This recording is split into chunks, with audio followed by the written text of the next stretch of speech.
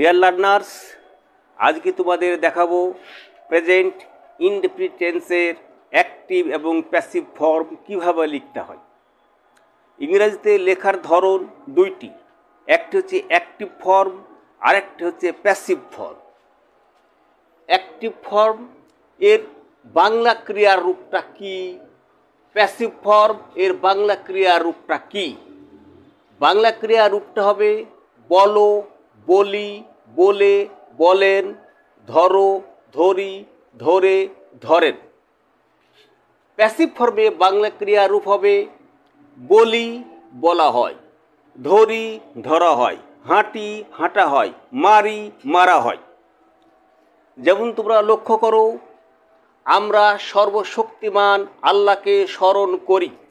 আল্লাহকে স্মরণ করি, এই বাক্যের শেষে স্মরণ করি, এটি হচ্ছে বাংলায় ক্রিয়া। তাহলে এটি হচ্ছে অ্যাক্টিভ রূপ, যেহেতু বলি, করি, ধরি, হাঁটি, মারি। আর এর প্যাসিভ রূপ হবে স্মরণ করা হয়। তাহলে আমরা এই বাক্যটিকে অ্যাক্টিভ রূপে ট্রান্সলেশন করলে দাঁড়াবে উই রিমেম্বার অলমাইটি আল্লাহ। এর প্যাসিভ ফর্ম করলে দাঁড়াবে অলমাইটি আল্লাহ ইজ রিমেম্বার্ড। বলা প্রয়োজন, যখন আমরা প্রেজেন্ট ইনডেফিনিট টেন্সকে প্যাসিভ রূপ করব তখন am, is, are plus V3 plus extension.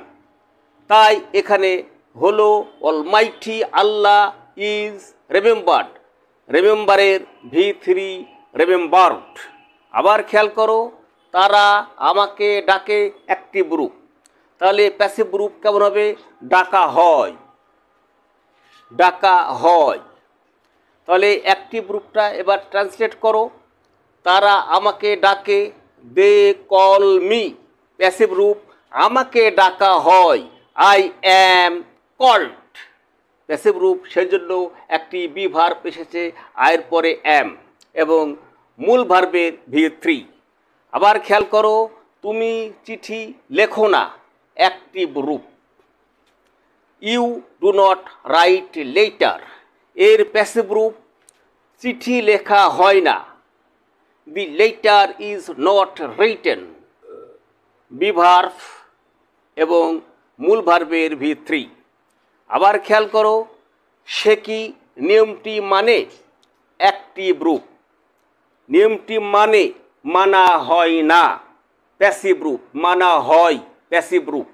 তাহলে অ্যাক্টিভ রূপ সে কি নিয়মটি মানে, does he অবে the rule. Passive রূপ নিয়মটি কি মানা হয়, ইজ দি রুল অবেড।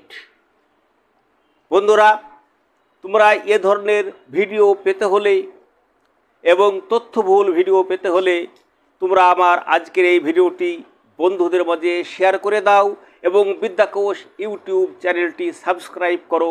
আবার তোমাদের সাথে দেখা হবে। আসসালামু আলাইকুম।